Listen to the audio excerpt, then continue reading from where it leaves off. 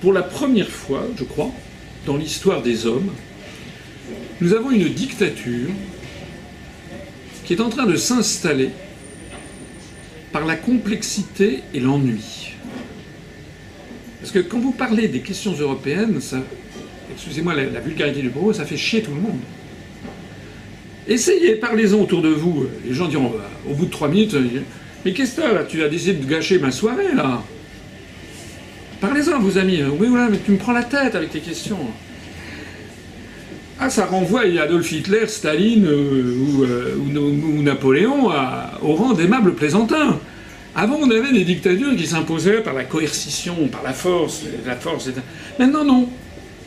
On a un truc qui se prétend très très démocratique, et puis qui est tellement compliqué que les gens ne veulent pas s'y intéresser. D'ailleurs, d'une certaine façon, ça ne les concerne pas, puisque ça concerne 28 États. Ils ne savent même pas, si on faisait un sondage en demandant quels sont les 27 autres pays, à part la France. Faisons un sondage ici, là on sort de là, je doute qu'il y ait plus d'1% de bonnes réponses. Alors, évidemment, vous allez trouver que la comparaison est peut-être un petit peu excessive. Elle n'est pas si tant que ça, bien sûr, ça ne nous échappe pas. Qu'il n'y a pas de camp de concentration, du moins pas encore.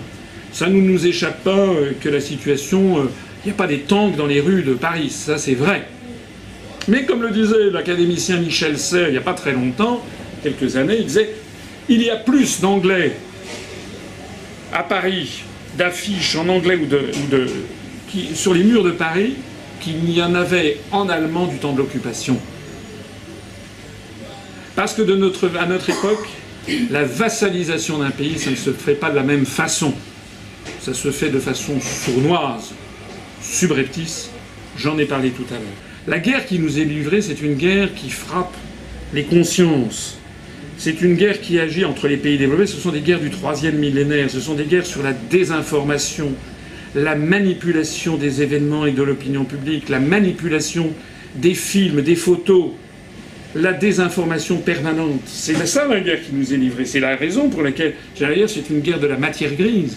C'est la raison pour laquelle il est important, il est fondamental que les Français fassent ce travail qui consiste à aller écouter des conférences. Et d'ailleurs, ce travail est en marche, pas seulement d'ailleurs avec nous, mais vous savez qu'il y a un phénomène sociologique très important, qui est de plus en plus de Français qui zappent et qui laissent tomber le TF1 20h pour aller voir les sites alternatifs sur Internet, et notamment le nôtre.